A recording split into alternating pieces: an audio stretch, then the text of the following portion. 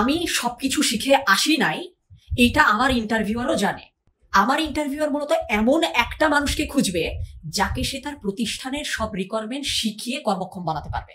কারণ ওই প্রথম জবে আমার ইন্টারভিউয়ার সে ওইখানে কেপেবল মানুষ খুঁজতেছে না, সে কোচেবল মানুষ খুঁজছে। সেখানে আমি নিজে একটা আলাদা মডিউল ডেভেলপ করি, যেটার টাইটেল ছিল আইজ অফ ফ্লাই। ফ্লাই মানে হচ্ছে মাছি। একটা মাছির পুরো মাথা জুড়ে চোখ থাকে, যার জন্য একটা মাছি অ্যাট এ টাইম 360 ডিগ্রি দেখতে পারে। মানুষ হিসেবে কিভাবে আমরা লাইফের 360 ডিগ্রি দেখতে পারি। Do not trust your memory. অর্থাৎ আমরা অনেক সময় ট্রাস্ট করি যে আজকে আমি যেটা শুনছি সেটা আমার মনে থাকবে, এটা হবে না। আপনি যখনই আপনার কোনো একটা সিনিয়রের কাছ থেকে কোনো ইম্পর্টেন্ট ইনসাইট পাবেন তার সাবজেক্ট সম্পর্কে, তার ক্যারিয়ার সম্পর্কে, এটাকে একটু ডায়েরিতে প্লিজ রাইট ডাউন করুন।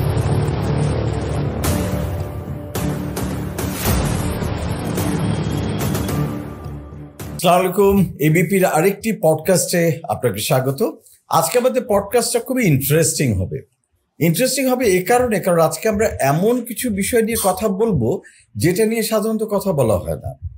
যেমন একটা বড় ব্যাপার আমাদের দেশে আছে বা মুশকিল, সেটা হচ্ছে যে আমরা জীবনে একটা কিছু হতে চাই। কেউ হয়তো রাইটার হতে চায়, কেউ ছবি আঁকতে চায়, কেউ গান গাইতে চায়, কেউ কোডিং করতে চাই, কিন্তু বাসা থেকে বলে যে না তোকে ডাক্তার হতে হবে, বা বাসা থেকে বলে তোকে আরবিতে যেতে হবে, বা বাসা থেকে বলে তোকে এটা করতে হবে। আবার আমি পেইন্টার হতে চাই, কিন্তু দেখছি যে পৃথিবীটা আসলে এখন যাচ্ছে হচ্ছে কমপ্লিটলি কম্পিউটার প্রোগ্রামিং এর দিকে। সবাই পাইথন শিখছে, ডিজিটাল মার্কেটিং করছে। আগামী দুনিয়াটা নাকি পুরো রোবোটিক্সের দুনিয়া হয়ে যাবে। তাহলে কি আমার এই লেখালেখি করে কোনো লাভ হবে? এখন নাকি এআই সব লিখে দেয়, এআই সব ছবি এঁকে দেয়, তাহলে তো এটা কোনো ভাত নাই। সো আমরা প্রত্যেকে কনফিউজ যে আসলে আবার কোথায় যাওয়া উচিত, আবার আমার কোন ক্যারিয়ারটা বেছে নেওয়া উচিত, মানে আমার ইনার কোয়ালিটি কি, আমি কোনটা নিয়ে পড়লে, কোন সাবজেক্টে আমার ক্যারিয়ার গড়লে আমি আগামীতে ভালো করবো, আমার মনটাও খুশি থাকবে, প্লাস পড়াতেও ভালো করবো।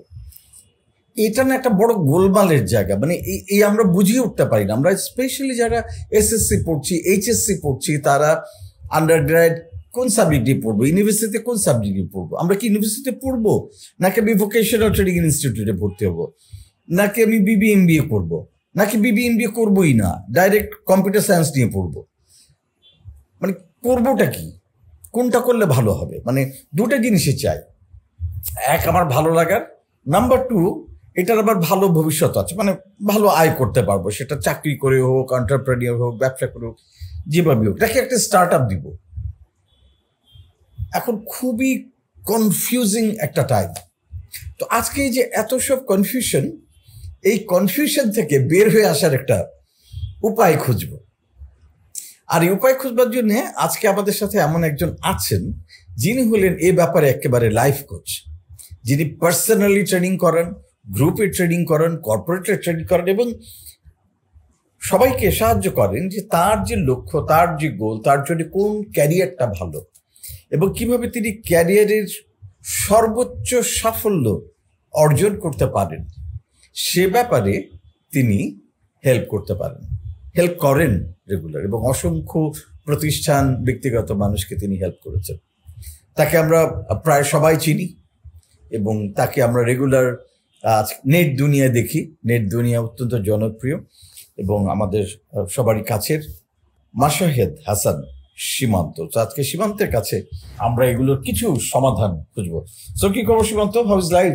আলহামদুলিল্লাহ, এভরিথিং ইজ ফাইন।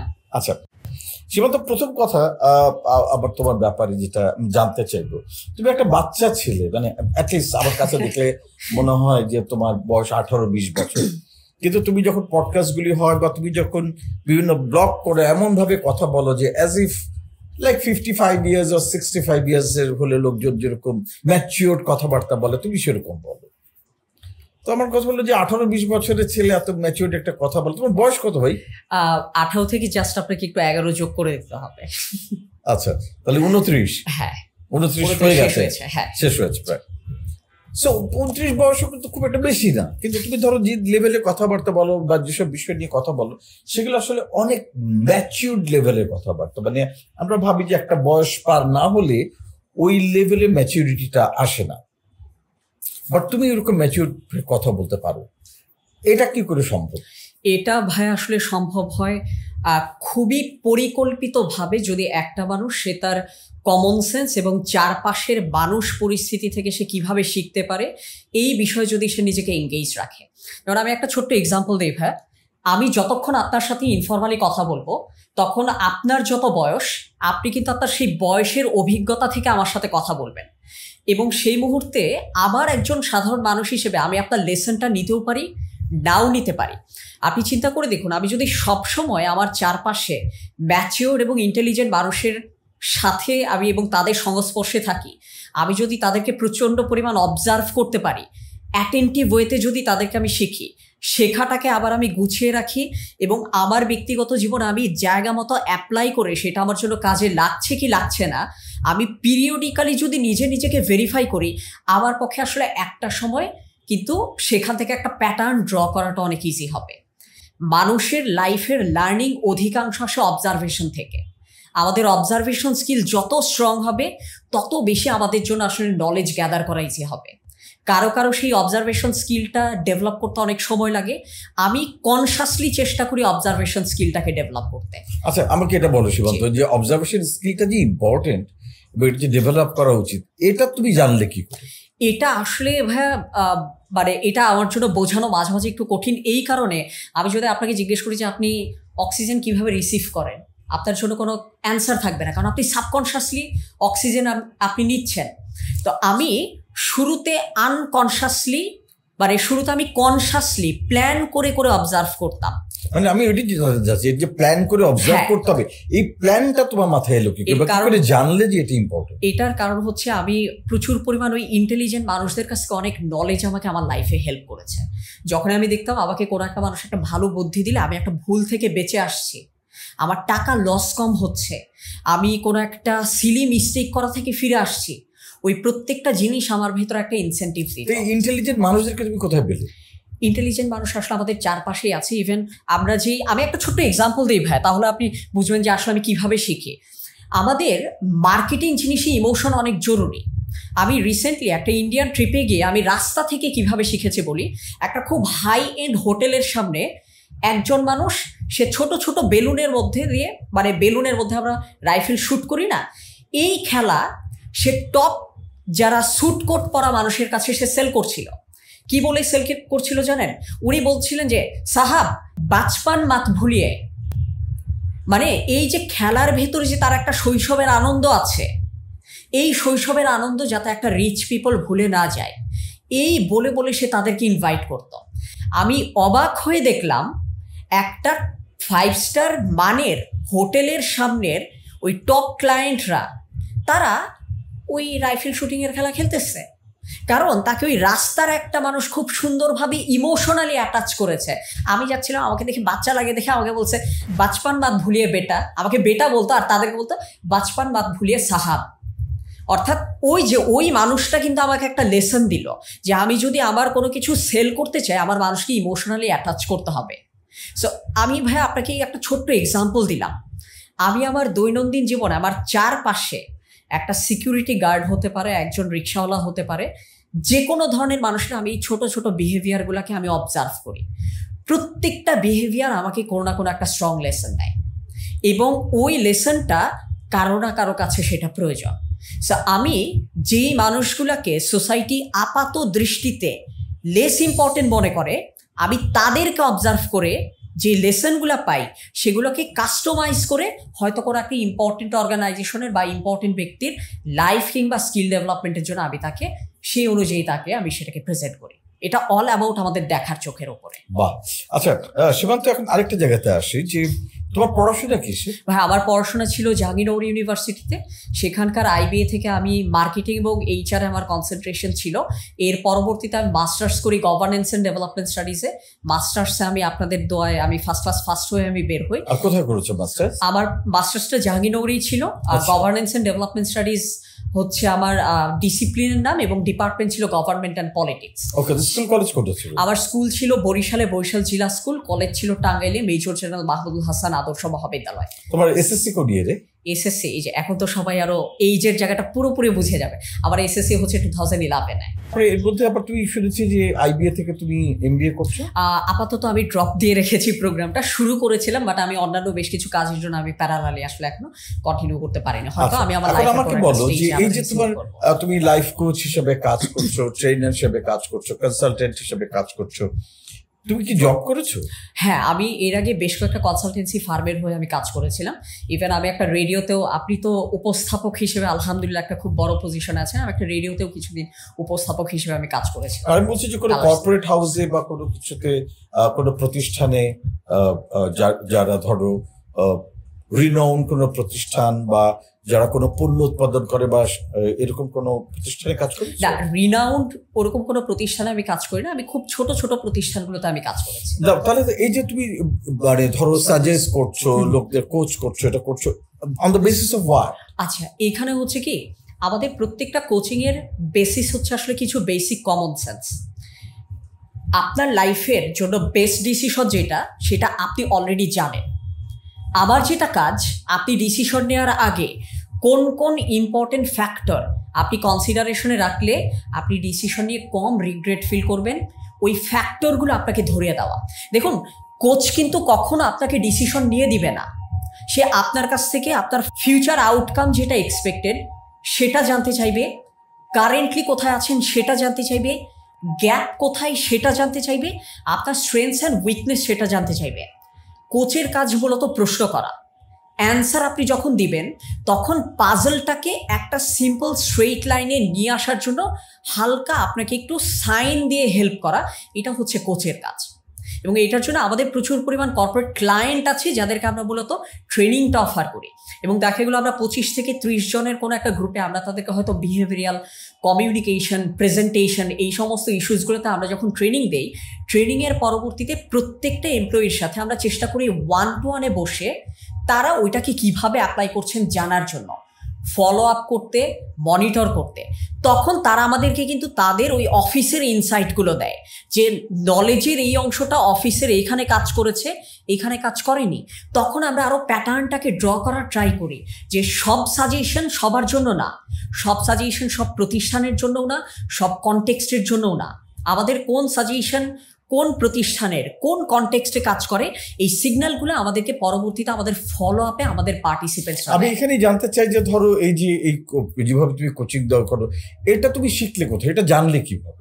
এটা আসলে আমি জেনেছি, প্রথমত আমার নিজের একজন মেন্টর ছিলেন, তার নাম হচ্ছে ডক্টর আলফ্রেড স্নাইডার। উনি 47টা দেশে আর্গুমেন্টেশন অ্যান্ড কমিউনিকেশন উপরে ট্রেনিং দিতেন। আর্গুমেন্টেশন বলতে আসলে মূলত বোঝায় একটা কথা এমনভাবে বলা যাতে অপর সাইডের মানুষ কথাটাকে লজিক্যাল এবং বিলিভেবল মনে করে। এবং উনি এই ট্রেনিংটা 47টা দেশে দিয়েছেন। 2013 সালে উনি বাংলাদেশে সিমিলার টাইপের একটা ট্রেনিং উনি রান করাতে চান, যখন তার 300 পার্টিসিপেন্টসদেরকে মনিটর করার জন্য এবং তাদেরকে ওই ছোট ছোট গ্রুপে তাদেরকে কোচ করার জন্য তার কো ফ্যাসিলিটেটর বা কো ট্রেনারের দরকার হয়েছিল। সো আমি তখন অ্যাপ্লাই করি। তো তুমি জানলে কি করে যে উনি আসছেন? আমি ফেসবুকে আমি দেখেছি, আমি এই ধরনের মানুষদেরকে অনেক আগে থেকে আমি আসলে ফলো করতাম। আচ্ছা, সো উনি যখন বাংলাদেশে আসে, সো আমি ডিরেক্টলি ইন্টারেস্ট শো করি যে স্যার আমি আপনার এখান থেকে শিখতে চাই। পরে উনি আমাকে হচ্ছে একটা ইন্টারভিউ ডাকেন, আমি ইন্টারভিউটা দিই, উনি আমাকে সিলেক্ট করেন এবং আমাকে একটা গ্রুপ দেওয়া হয়। ওই গ্রুপের যারা যারা পার্টিসিপেন্ট ছিলেন তারা তখন আমার এই ট্রেনিংটাকে আবার ভ্যালিডেট করে তাদের স্কিল, তাদের স্কোর দিয়ে, কারণ আমাদের প্রত্যেকটা কো ট্রেনারের আবার মার্কিং হতো। ওই মার্কিংয়ে আমি আবার বাংলাদেশের ভেতরে টপ স্কোরার ছিলাম।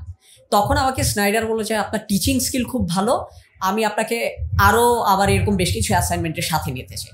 তো আমাদের দেশে যেটা হয়, গেস্ট যখন বাসায় আসে, চলে যাওয়ার আগে সবাই বলে ভাবি আজকে তো আসলেন, আবার ইনশাল্লাহ আরেকদিন আসবেন। আমরা তাদেরকে খুব সুন্দর সামাজিকভাবে বলি, কিন্তু আমরা সবসময় চাই না যে আসলে সে আসুক।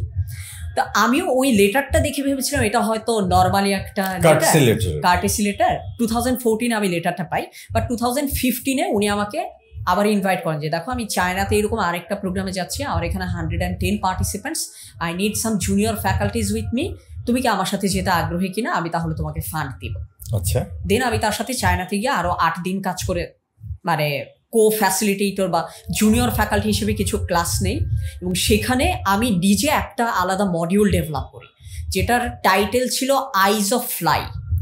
ফ্লাই মানে হচ্ছে মাছি, একটা মাছির পুরো মাথা জুড়ে চোখ থাকে, যার জন্য একটা মাছি অ্যাট এ টাইম 360 ডিগ্রি দেখতে পারে। মানুষ হিসেবে কিভাবে আমরা লাইফের 360 ডিগ্রি দেখতে পারি, ডিসিশন মেকিংয়ের 360 ডিগ্রি দেখতে পারি। সো আমার ওই পার্টিকুলার লেকচারটা ওইখানকার স্টুডেন্টরা খুবই পছন্দ করেন, এবং সেখানে আমার মতো আরও এরকম ফ্যাকাল্টি ছিল 4টা আলাদা আলাদা কন্টিনেন্টের 20 জন, এবং based on my training score আমি one of the top 3 faculties ওখানে ছিলাম চায়নাতে। দেন উনি আমাকে আবারও ফান্ড দিয়ে 40 দিনের জন্য ইউকেতে পাঠান, যেখানে আমি এই টাইপের আরও বেশ কিছু ওয়ার্কশপ কম্পিটিশন করে আসি। এবং এটা আসলে একটা প্যারালাল প্রসেস। আমি অলরেডি যা যা জানছি সেটা দিয়ে আমি কাউকে শেখাচ্ছি, প্লাস আমি নতুন জিনিস জানছি। কিছুদিন যাওয়ার পর যাকে আগে শিখিয়েছিলাম তার কাছ থেকে আবার আমি ফিডব্যাক নিচ্ছি যে তোমার ওইটুকু ঠিক মতো চলছে কিনা।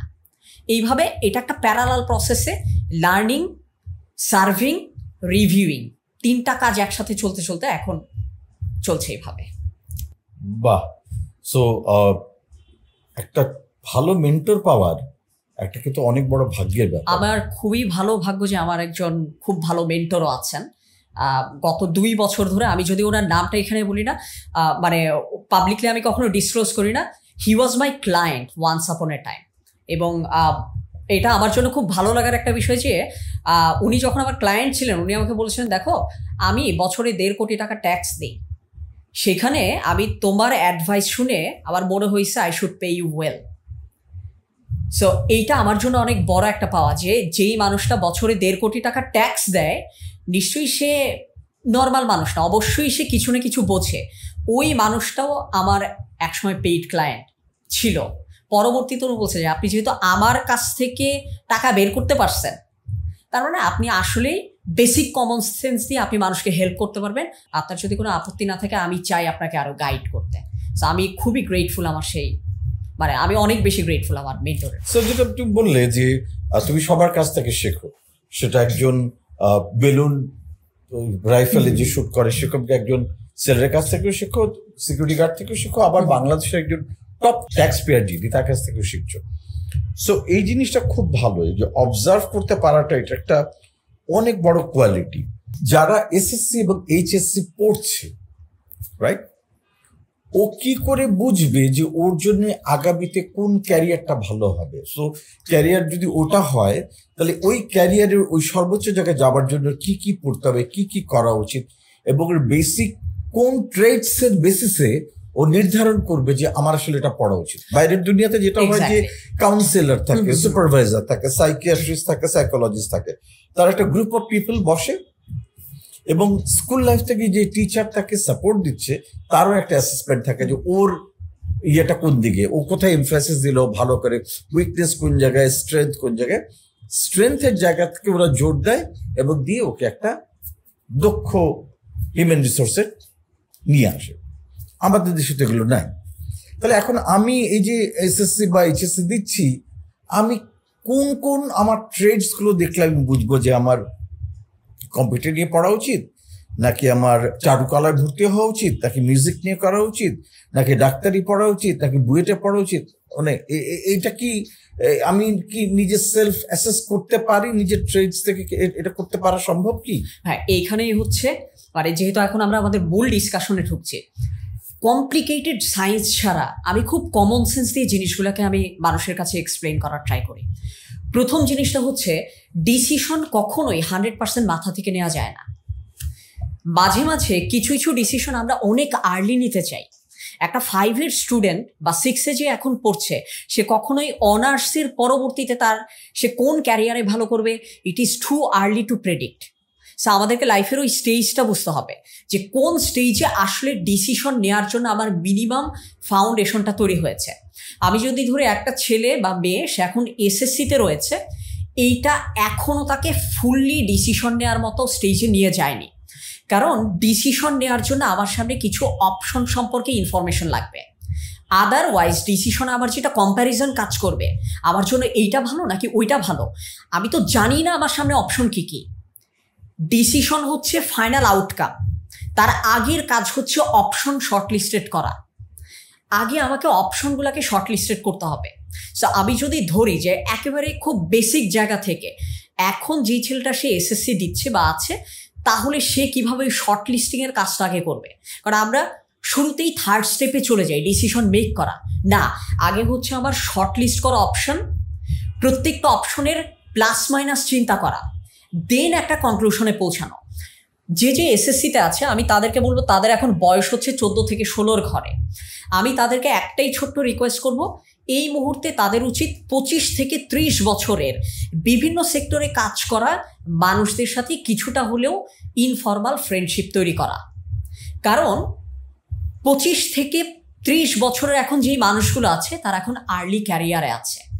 যেই ছেলেটা এখন এসএসসিতে আছে, সে তার সামনে সে একটা ডাক্তারের লাইফস্টাইল কেমন, সে ওয়েবসাইট পড়ে সে সব কিছু জানবে না। কিন্তু আজকে এসএসসি পড়া একটা ছেলে বা একটা ছেলে সে এসএসসি দিবে, তার যদি মেডিকেলের কোনো একজন বড় ভাই সে যদি ইনফর্মাল ফ্রেন্ড হিসেবে থাকে, সে তার কাছ থেকে তার মেডিকেলের লাইফস্টাইল জানতে পারবে, একাডেমিক লোড জানতে পারবে। তো এটা জেনে লাভটা কি হবে?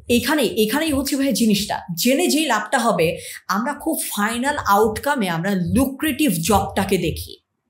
একটা ছোট্ট এক্সাম্পল দিই, একটা মানুষ সে সিঙ্গার হতে চায়, কিন্তু সে নেগোসিয়েশনে ভালো না। কনসার্টের নেগোসিয়েশন আসলে কিভাবে হয়? একটা ছেলে সে রাইটার হতে চায়, কিন্তু সে জানে না পাবলিকেশন ইন্ডাস্ট্রিতে তাকে রয়্যালিটি নিয়ে কি পরিমাণ সাফার করতে হবে। আমরা শুধুমাত্র ফাইনাল আউটকামের গ্লোরিফাইড ভার্সনটা দেখি, তার আগের যেটা প্রিপারেশন স্টেজ এবং স্ট্রাগল, সেটা আমরা দেখি না।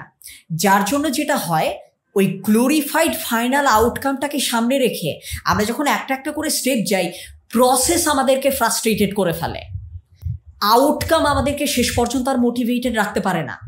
এই কারণে আমি যদি ডাক্তার হতে চাই, এখন আমি এসএসসিতে পড়ি, আমার যদি মেডিকেলে পড়ুয়া এখন একজন সিনিয়র ভাই থাকে, সে যদি আমাকে বলে যে মেডিকেলের লাইফ কত কঠিন, আইটেমগুলো কত কঠিন, এমবিবিএসের পরবর্তীতে সে মাত্র 25,000 টাকার জন্য তাকে রাস্তায় আন্দোলন করতে হবে, 5 থেকে 7 বছর তার এফসিপিএসে লাগবে, 40 বছরের আগে সে এফসিপিএস করে সে নিজস্ব একটা চেম্বার খুলতে পারবে না, তার মূল ক্যারিয়ারটা শুরু হবে 40-এর পরে। তখন যেটা হবে, আমি আস্তে আস্তে রিয়েলিটিকে অ্যাকসেপ্ট করা শিখব। যেই ছেলেটা ইঞ্জিনিয়ার হতে চায়, সে যদি ইঞ্জিনিয়ারিং ব্যাকগ্রাউন্ডের কোনো একজন ভাইয়ের সাথে বসে যে তার ইঞ্জিনিয়ারিং লাইফ কত কঠিন, ল্যাব ওয়ার্ক থেকে শুরু করে তাকে যে ক্যাপস্টোন প্রজেক্টগুলো করতে হয় এইটা কতটা কঠিন, এগুলোতে তাকে কি পরিমাণ হার্ডওয়ার্ক করতে হবে, এক একটা প্রজেক্টে সে যদি গভর্নমেন্ট সাইডে কাজ করে কোন কোন জায়গা থেকে তাকে আগলি রিয়েলিটিতে ঠিকাদারদের সাথে বিভিন্ন ধরনের নেগোসিয়েশনে যেতে হয় বা বিভিন্ন ধরনের আগলি সিচুয়েশন তাকে ডিল করতে হয়, ছোট থেকেই যদি সে জানে, তাহলে যেটা হবে, সে শুধুমাত্র কালারফুল ড্রিম দেখবে না, সে ওই ড্রিমের জন্য সে নিজেকে কম্পোজড ওয়েতে সে প্রিপেয়ার করা শুরু করবে। সমস্যা যেটা হয় কি ভাই, আমরা ফিউচার ড্রিম দেখি, কিন্তু ওইটার প্রস এন্ড কনস বা পথটা আমরা দেখি না। একটা প্র্যাকটিক্যালিটির জায়গাটা আমরা দেখি না। আজকে আমি এসএসসিতে থাকাকালীন আবার একজন ইঞ্জিনিয়ার বড় ভাই থাকা লাগবে, যার সাথে আমি তার লাইফস্টাইল সম্পর্কে জানতে পারবো। আমার মেডিকেলের একজন বড় ভাই থাকতে হবে, একজন আর্টস ফ্যাকাল্টির বড় ভাই থাকতে হবে, তাদের সাথে আমি সপ্তাহে একদিন আড্ডা দিলাম, কোনো সমস্যা নাই। কিন্তু ওই আড্ডাটাও ভাই অনেক ভ্যালুয়েবল হবে, কারণ সে ওই সময় থেকেই সে জানছে সে ফিউচারে কোন রাস্তা দিয়ে সে হাঁটতে চাচ্ছে।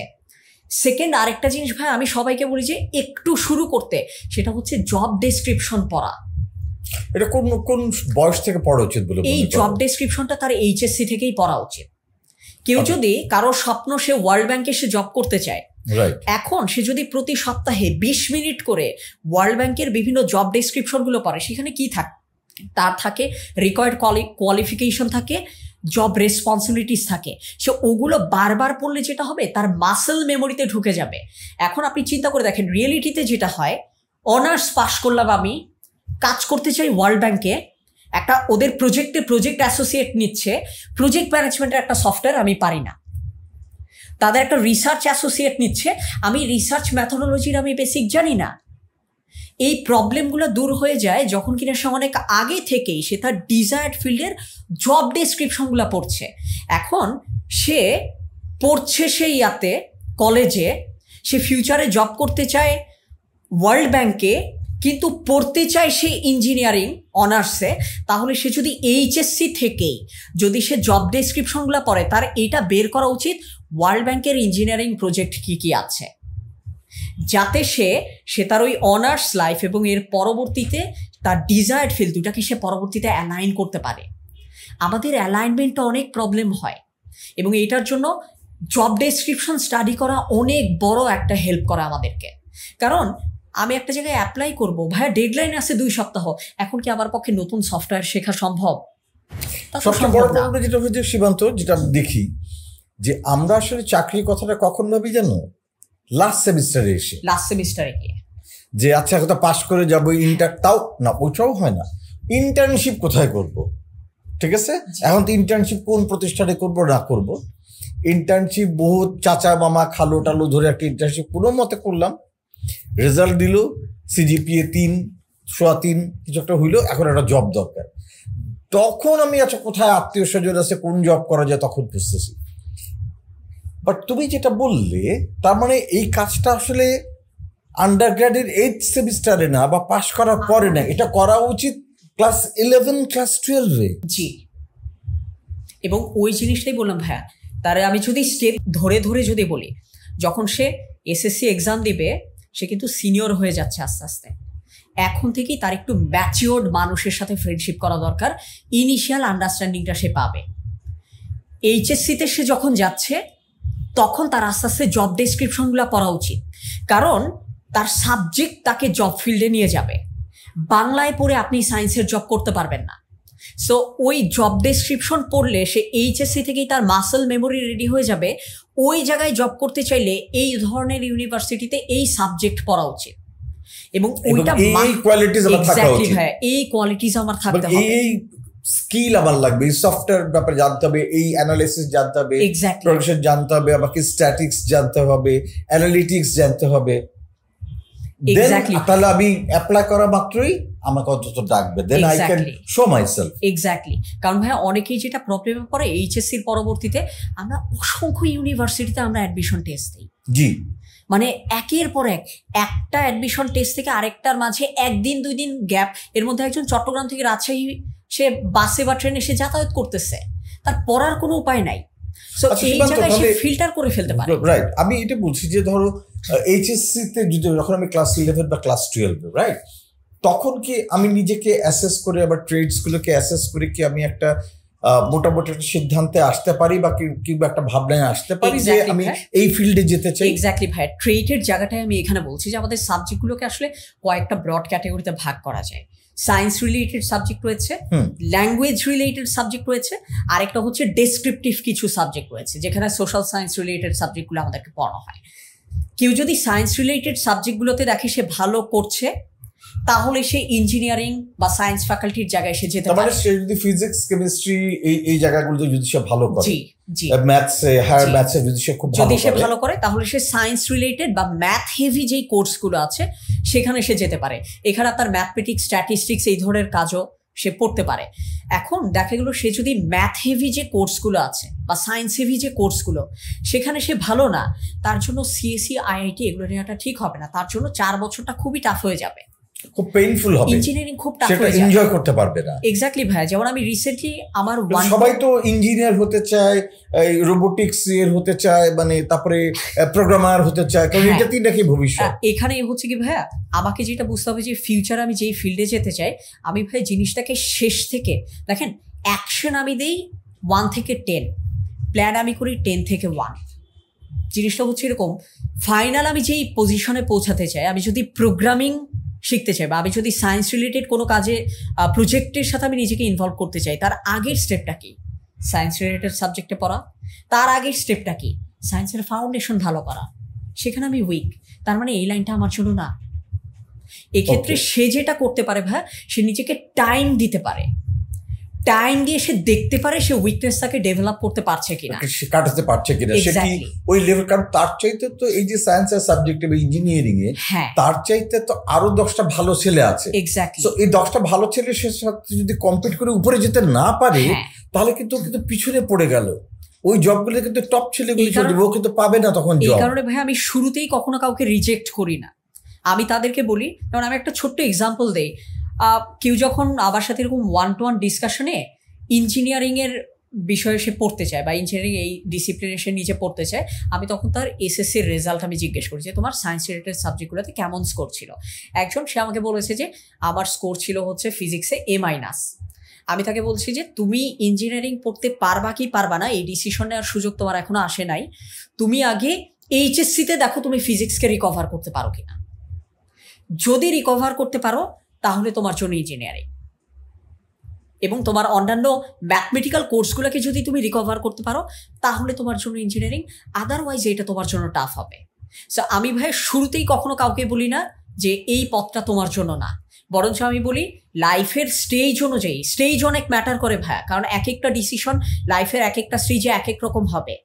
যখন একটা স্টুডেন্ট যেই স্টেজে আছে সেই টাইমে সে নিজেকে ডেভেলপ করার জন্য কতটুকু সময় পাচ্ছে, ওই সময়ে কি সে ডেভেলপ করতে পারছে, যদি পারে গো ফর ইট, যদি না পারে হ্যাভ অল্টারনেটিভ। স্টেজ খুব ম্যাটার করে যে আমি এখন আমার লাইফের কোন স্টেজে আছি, আমি কতটুকু সময় আমি এক্সপেরিমেন্ট করতে পারবো। এক্সেলেন্ট, আমার মনে হয় এটা খুব দামি একটা কথা বললেন। আমি কখন আমাকে সেটেল করতে হবে, অ্যাবসলিউটলি স্টেজ ম্যাটার করে অনেক লাইফে। অ্যাবসলিউটলি। এবং এইচএসসির পরে আসলে আর টাইম নেই। এইচএসসির পরে ভাই আসলে টাইম হয় না, আসলেও হয় না, টাইম না। এইচএসসির মধ্যে আমাকে করে ফেলতে হবে, মানে এবং আমার রেজাল্ট আমাকে ডিকটেট করবে, নির্দেশনা দিবে যে আমার জন্য এইটা বেস্ট, এইটা বেটার, এইটা একটু টাফ হবে, এটাই হবে।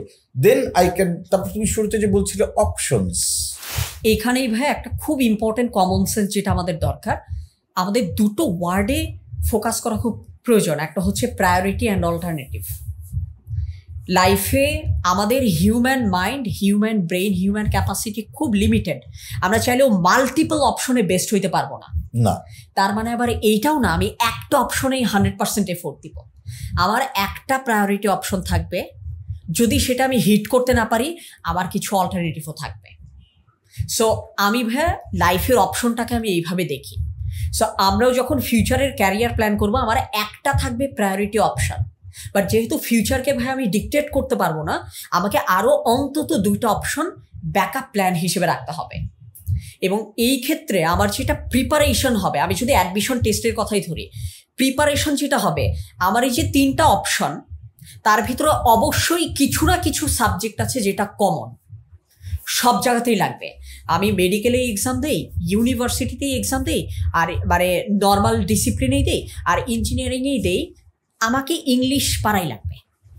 তার মানে আমার আগে দেখতে হবে যে 3টা অপশনের ভিতরে কোন অংশটা কমন। কমন জায়গায় যখন আমি ফোকাস করব, আমার নিজেকে সাইকোলজিক্যালি ট্রেন আপ করতে হবে এইভাবে এই কমন জিনিসটা আমার 3টা পথেই কন্ট্রিবিউট করতেছে। দেন আমি হচ্ছে 60-20-20 করে আমার টাইমটাকে ভাগ করব, যেটা আমার অপশন 1 সেখানে আমি 60% প্রায়োরিটি দেব। আর যেহেতু I can't guarantee the outcome of my priority option, এই কারণে বাকি 20% করে আমি বাকি 2টা অপশনকেও অ্যাক্টিভেটেড রাখবো, যাতে লাইফের কোনো না কোনো একটা অ্যাক্সিডেন্টে আমি নিজেকে কিছুটা হলেও আমি ড্যামেজ মিটিগেট করতে পারি। Very good. আমার মনে হয় এটা এটা এটা খুব দামি একটা কথা বলেছে। নাও এখন ধরা যাক যে আমার এইচএসসিতে, এসএসসিতে আমি ফিজিক্সে পেয়েছি 70, কেমিস্ট্রিতে 65, ম্যাথসগুলিতে এরকম 65-70 এরকম আমার স্কোর। আমার খুব ইচ্ছা যে আমি ইঞ্জিনিয়ারিং পড়বো, বা আমি কম্পিউটার ইঞ্জিনিয়ারিং পড়বো, সিএসসি নিয়ে পড়বো, বা রোবোটিক্স নিয়ে পড়বো। এখন তো এইচএসসিতে গিয়েও আমার একই রকম রেজাল্ট হয়ে গেল, মানে আমি খুব আসলে আমার বেসিক অত ভালো হয়নি। এই ক্ষেত্রে আবার কি করা উচিত? এই ক্ষেত্রে ভাই 2টো কাজ করা উচিত। প্রথম জিনিস হচ্ছে, মানে এটাও কমন সেন্সের জায়গা ভাই আমাদের ডিসিশন মেকিং এর। আমরা আগে তো একটা ইউনিভার্সিটিতে আমার চান্স পাইলে এরপর আমি ডিসিশন নিতে পারবো আমি যাব কি যাব না, তাই না? সো আগে দেখতে হবে যে আমি যে রেজাল্টটা করেছি কোন কোন র্যাঙ্কের বা কোন কোন কোয়ালিটির ইউনিভার্সিটির কোন কোন সাবজেক্টে আমি আগে অ্যাপ্লাই করতে পারি। অ্যাপ্লাই করে আগে দেখতে হবে যে আসলে আমার চান্স পাওয়ার প্রবাবিলিটি কেমন।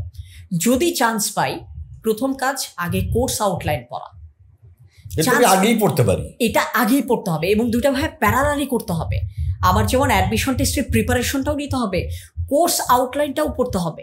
কারণ তার মানে হচ্ছে যে এইচএসসির পরীক্ষা দেবার পর আমি যখন ঠিক করছি যে কোনো ইউনিভার্সিটিতে ভর্তি হব, তাদের ওয়েবসাইটে গিয়ে যদি কমপ্লিট সিএসসি হয় তাহলে সিএসসি কোর্স আউটলাইনগুলিকে দেয়া আছে। এক্স্যাক্টলি এবং তখন চিন্তা করতে হবে ইংলিশ পড়তে চাই, ইংলিশে কোর্স আউটলাইন, প্রত্যেকটারই কোর্স আউটলাইন গুলো দেয়া। শুধু কোর্স আউটলাইন বলতে কোর্সের টাইটেল না, ভেতরের চ্যাপ্টার গুলোও দেয়া থাকে। তখন ভাইয়া নিজেকে একটা খুব ইম্পর্টেন্ট কোশ্চেন করতে হয়। আমি ধরে নিলাম আল্লাহ তাআলা আমাকে আমার ডিজায়ার্ড এই ইউনিভার্সিটির এই সাবজেক্টে আমাকে চান্স পাওয়াই দিল, am I ready to take the course load? এই একটা জায়গাতে এসে আমরা সবাই ফেল করে যাই। এবং ভাই এইটা আমি তোমাকে বলি শিবাম, তো আবার নিজের ব্যক্তিগত অভিজ্ঞতা অনেক অভিজ্ঞতা থেকে বলতে পারি যে আমরা তুমি যেটা বলছিলে, it's a very glorified thing যে সাবজেক্টগুলি সিএসসি, আমার ছেলে তো সিএসসি পড়ে, আমার ছেলে তো মাইক্রোবায়োলজি পড়ে, আমার ছেলে তো রোবোটিক্স পড়ছে।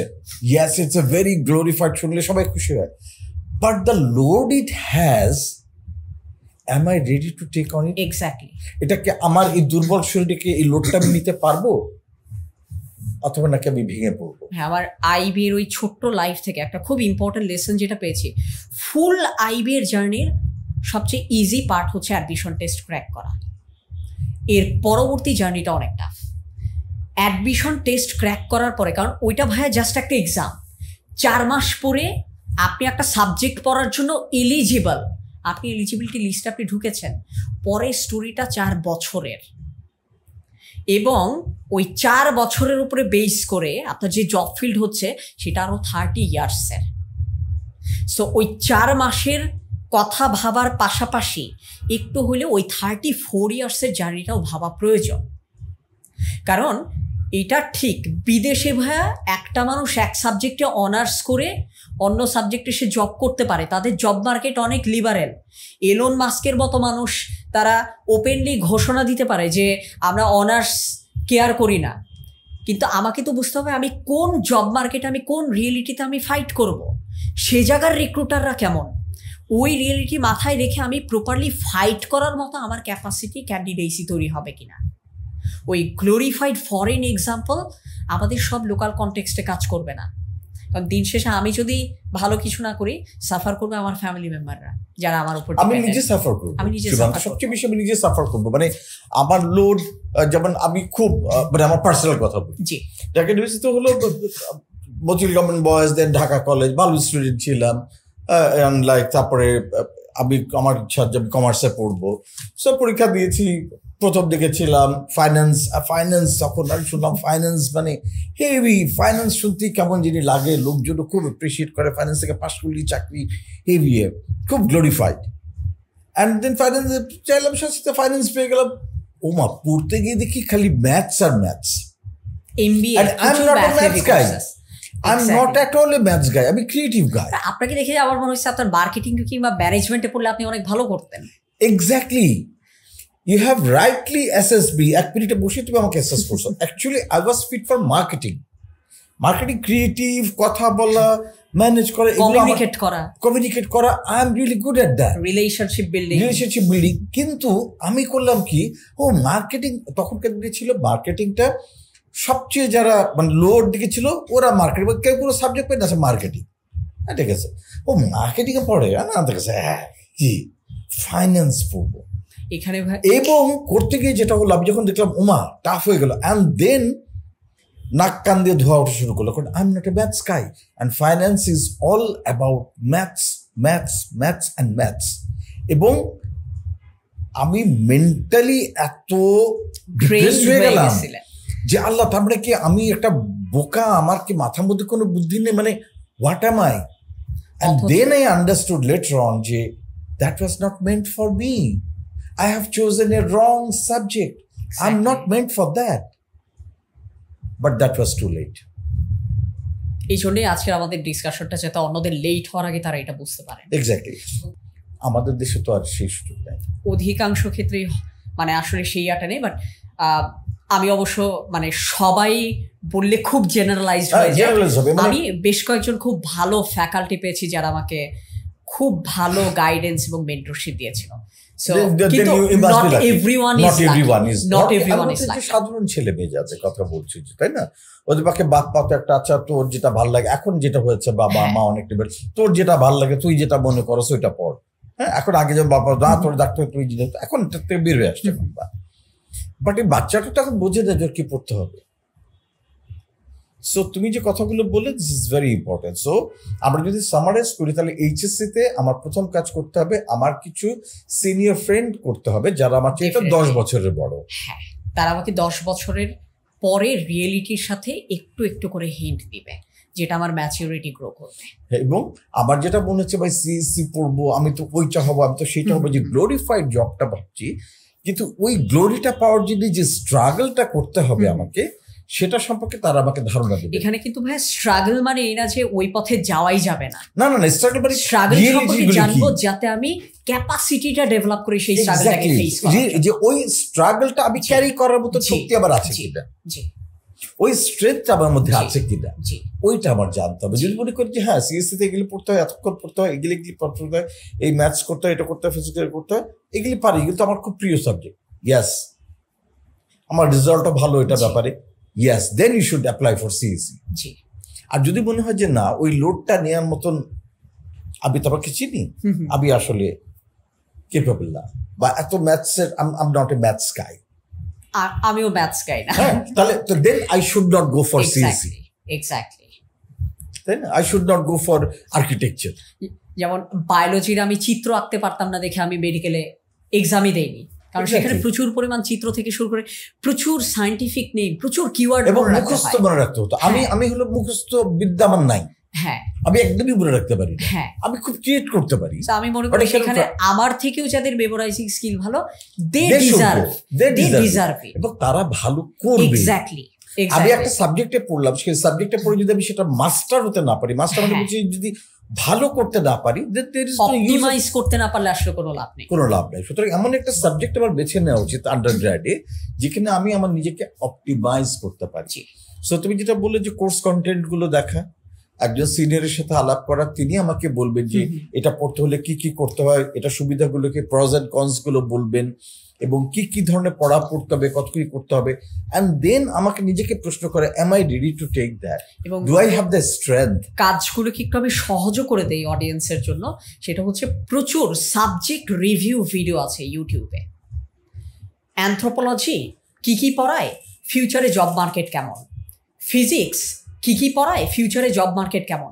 আপনি যদি ইউটিউবে গিয়ে সাবজেক্ট রিভিউ ভিডিও দেখেন আপনার ডিজার্ট সাবজেক্ট নিয়ে, আপনি দেখবেন প্রচুর মানুষ, প্রচুর স্টুডেন্ট, তারা তাদের কান্ট্রির কনটেক্সটে, ইন্টারন্যাশনাল কনটেক্সটে, ইভেন বাংলাদেশের কনটেক্সটেও তারা কন্টেন্ট বানায় রাখছে। আমরা চাইলেই সেটা দেখে একটা বেসিক আন্ডারস্ট্যান্ডিং পেয়ে যেতে পারবো। সাবজেক্ট রিভিউ বলে এগুলোকে। বাহ। সো আমরা যারা এইচএসসি পড়ছি, সুতরাং আমরা কোনটাতে আমাদের ক্যারিয়ার করবো, কোথায় আমাদের, মানে আমি আজকে এইচএসসি পড়ছি মানে হচ্ছে আমার জবের 30 বছর আমি যদি কাজ করি, আর তার আগের আন্ডারগ্র্যাড এবং পোস্টগ্র্যাড মিলিয়ে 6 বছর ধরে নিই, 36 বছর, 36 ইয়ার্সে আমার লাইফ স্প্যানটা কিরকম যাবে সেটা আসলে এইচএসসি লেভেলেই ঠিক করা উচিত। তার মানে না ওইটাই ফিক্স থাকবে, সময়ের প্রয়োজনে চেঞ্জ হতে পারে, বাট ইনিশিয়াল প্ল্যানটা আমাদের ইনিশিয়াল লেভেলটা করা উচিত। তারপরে ওই যে তুমি একটা খুব ইম্পর্টেন্ট কথা বলছো, স্টেজ ম্যাটার করে, লাইফ স্টেজ ম্যাটার করে। সুতরাং এটা দেখে আমার ক্যাপাসিটি কি, সিনিয়রদের সাথে কথা বলে আমি যে সাবজেক্টগুলো পড়তে চাই সেগুলো সম্পর্কে জানা, সেগুলো কতখানি লোড, কোন কোন বিষয়গুলো জানা থাকলে এটা পড়া সুবিধা হবে, কোন কোন নিজের মধ্যে স্ট্রেংথ থাকলে সুবিধা হবে, সেটা দেখা। প্লাস হচ্ছে আমি যে জবটা করতে চাই সেই জবের একটা বা যে জবগুলোর কথা ভাবছি, যে ধরনের জব আমি করতে চাই, ওই জবগুলোর যে রিকোয়ারমেন্ট, সেই রিকোয়ারমেন্টগুলি আমি আমার নিজের মধ্যে আয়ত্ত করতে পারবো কিনা, আমার নিজেকে দক্ষ করতে পারবো কিনা, আমি সেটাকে আমি নিজের মধ্যে নিতে পারবো কিনা, সেই ক্ষমতাটা আমার আছে কিনা, হ্যাঁ সেটা জানা। অ্যান্ড দেন ইউনিভার্সিটিতে ভর্তি হবার আগে যে সাবজেক্টে আমি ভর্তি হতে চাই সেই কোর্সের ডিটেলটা জানা, নট অনলি দ্য সাবজেক্ট, এই সাবজেক্টের আন্ডারে কি পড়ানো হয় এবং চ্যাপ্টারে কি কি টাইটেল গুলো কি কি, জি is it too tough for me, will it be too tough for me, is it understandable, is it like out of my reach. এবং ভাইয়া অনেক ইউনিভার্সিটির কোর্স আউটলাইনে প্রতি চ্যাপ্টারের 3 থেকে 5 লাইনের সামারিও থাকে, যাতে বোঝা যায় যে আসলে ওই চ্যাপ্টারটা কতটুকু ইনডেপথে যাচ্ছে।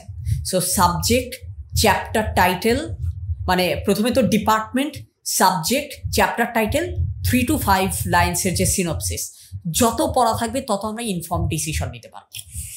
দ্যাটস এ গ্রেট গোয়িং সীমান্ত। তার মানে আজকে যাদের বয়স 16 থেকে 18, যারা ক্লাস 11 ক্লাস 12-এ আছে, আগামীর দিনটাকে যদি সিকিউর করতে চায়, ভালো জীবন যাপন করতে চায়, তার জন্য এই 2 বছর খুব গুরুত্বপূর্ণ এখন থেকেই ক্যারিয়ার নিয়ে কাজ শুরু করা। এবং তুমি যে স্টেপগুলো বললে, যে কথাগুলো এতক্ষণ বললে, আমাদের এই ক্লাস 11 এবং ক্লাস 12-এর 16 বছর থেকে 18 বছর ছেলেমেয়েরা যদি এগুলো শুনে যদি ঠিক ওইভাবে লিখে যদি কাজটা করতে পারে, তার জীবনটা অনেক বেটার হবে। That is for sure. এখানে 2টো সেন্টেন্স আমি একটু অ্যাড করে দিই, কারণ যেহেতু আমাদের প্র্যাকটিক্যালি যখন কাজ করতে যাই, আমি এটাকে বলি do not trust your memory. অর্থাৎ আমরা অনেক সময় ট্রাস্ট করি যে আজকে আমি যেটা শুনছি সেটা আমার মনে থাকবে, এটা হবে না।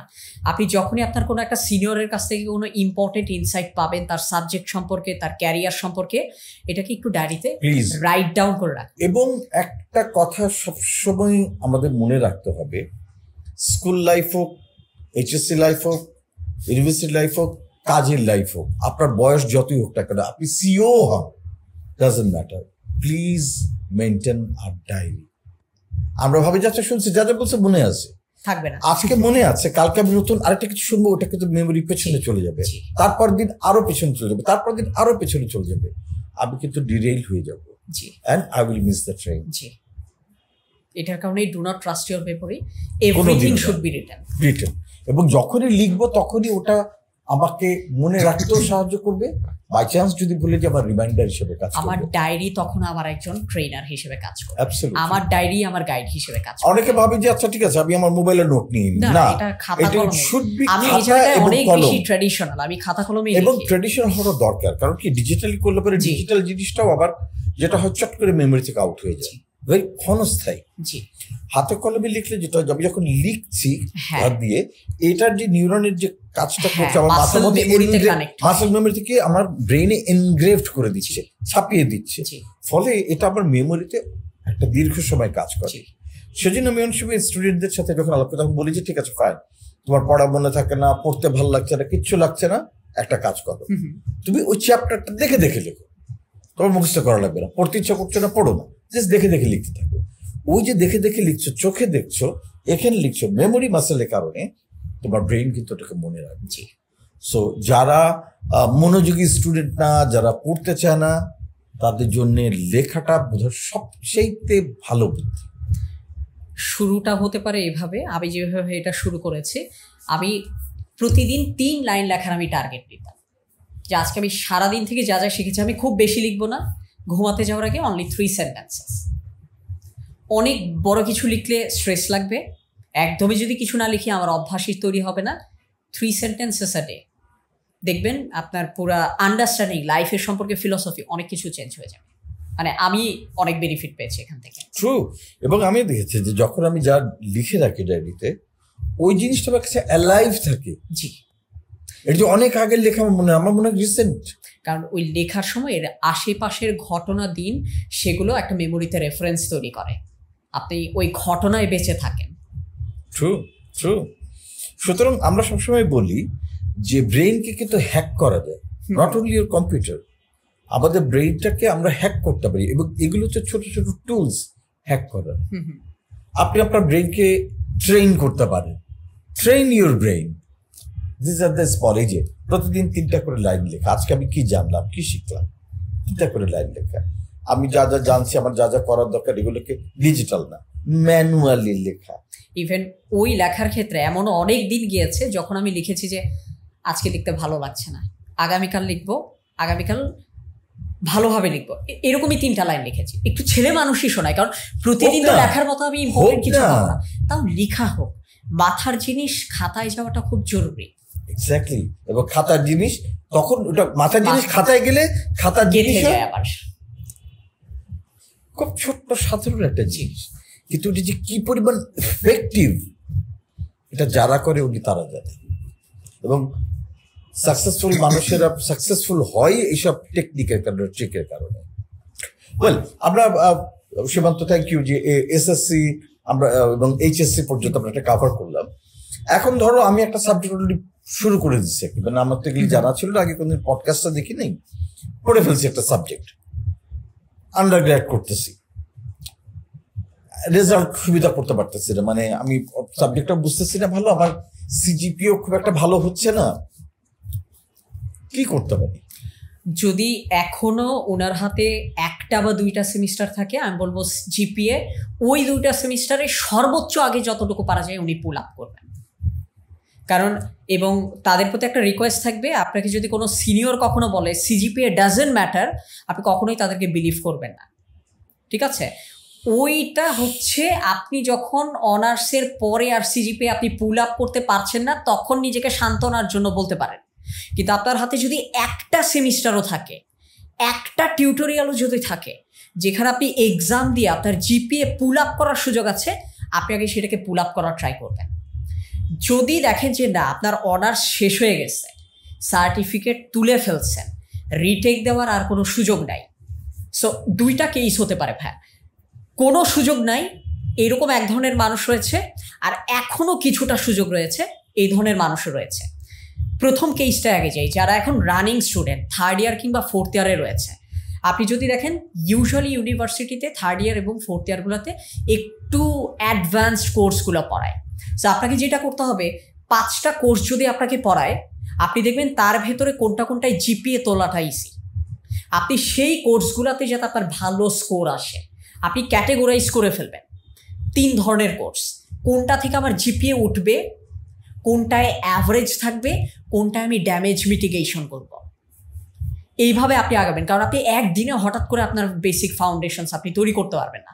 ফার্স্ট ইয়ার সেকেন্ড ইয়ারে যেটা পড়েন নাই, সেটার ফলো আপ চ্যাপ্টার থার্ড ইয়ারে পড়ালে আপনি সেখান থেকে জিপিএ পুল আপ করতে পারবেন না। সো আপনি চেষ্টা করবেন কোর্সগুলোকে 3 ভাগে ভাগ করে ফেলতে।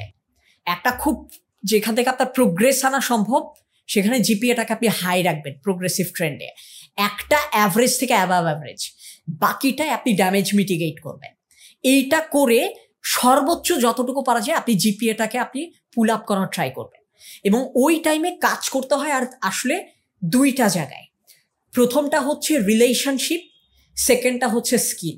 যেহেতু আপনার এখন জিপিএ উইক, আপনি এক সেমিস্টারে এক্সট্রা অর্ডিনারি চেঞ্জ নিয়ে আসতে পারবেন না। সো আপনাকে যেটা করতে হবে, আপনার যেহেতু একটা উইপন উইক হয়ে গেছে, আপনাকে অন্য উইপনগুলো স্ট্রং করতে হবে। একটা হচ্ছে রিলেশনশিপ আর একটা স্কিল। রিলেশনশিপ বলতে কি বোঝায়, আপনি চেষ্টা করবেন আপনার ইউনিভার্সিটিরই টিচারদের সাথে সম্পর্ক ভালো করতে, অ্যালামনাইদের সাথে সম্পর্ক ভালো করতে, যাতে করে তারা আপনাকে ইনিশিয়াল ইন্টার্নশিপ বা 2-একটা ইন্টারভিউয়ার প্লেসমেন্টের জন্য হেল্প করেন।